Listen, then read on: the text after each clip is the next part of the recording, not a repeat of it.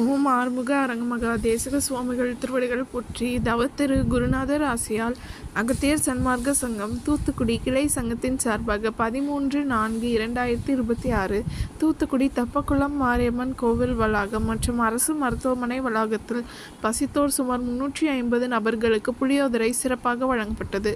வழங்கியவர்கள் தூத்துக்குடி அகத்தியர் சன்மார்க்க சங்க அன்பர்கள். அன்னதானத்திற்கு பொருளுதவி செய்தவர்களும் தொண்டு செய்தவர்களும் அவர்கள் குடும்பத்தாரும் எல்லா வளமும் பெற்று சிறப்புடன் வாழ வேண்டுகிறோம்.